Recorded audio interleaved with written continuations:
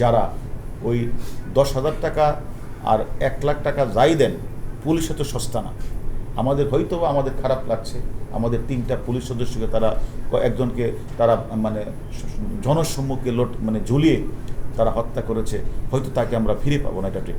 But আমাদের এই police সদস্যকে যারা হত্যা করেছে তাদের প্রত্যেকের নাম নাম্বার আমরা পেয়েছি। তাদেরকে আমরা আপনাদের কাছে কথা দিচ্ছি, যত দ্রুত সম্ভব তাদেরকে ধরে এনে আমরা আইনের আওতায় দাঁড় করাবই, এটা আমরা আপনাদের সামনে বলছি। এবং আমি মনে করি যে যিনি এখন বলেছেন যে ছাত্রলীগকে মারলে 5,000 টাকা, এই টাকাগুলি কারা বিলি করেছে, তাদেরও 5-6 জন আমাদের কাছে অলরেডি, যারা ঢাকা শহরকে বিশৃঙ্খলা করার জন্য, অরাজকতা করার জন্য দায়িত্ব নিয়েছিল।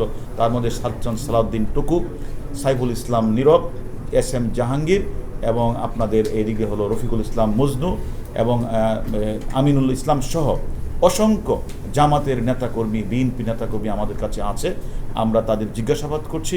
তাদের মোবাইল থেকে অনেক মেসেজ পেয়েছি, যারা বাহির থেকে তাদেরকে অর্ডার করেছে যে আমরা নতুন কমিটি তোমাদেরকে দিয়েছি, তোমরা যদি সেটা না করো তোমাদের ছুরি ফেলে চলে যেতে হবে, তোমাদের কমিটি থেকে বাদ দেওয়া হবে। তাদের এইভাবে ধমক যে মেসেজ আমরা দেখেছি।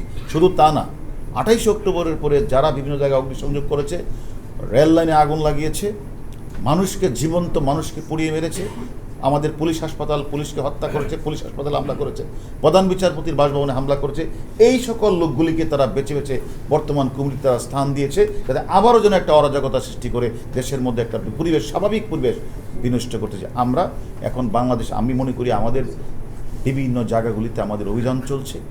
আমাদের ডিবি সহ থানা পুলিশ প্রত্যেকটা টিম বিভিন্ন মহল্লা আমরা অভিযান পরিচালনা করছি।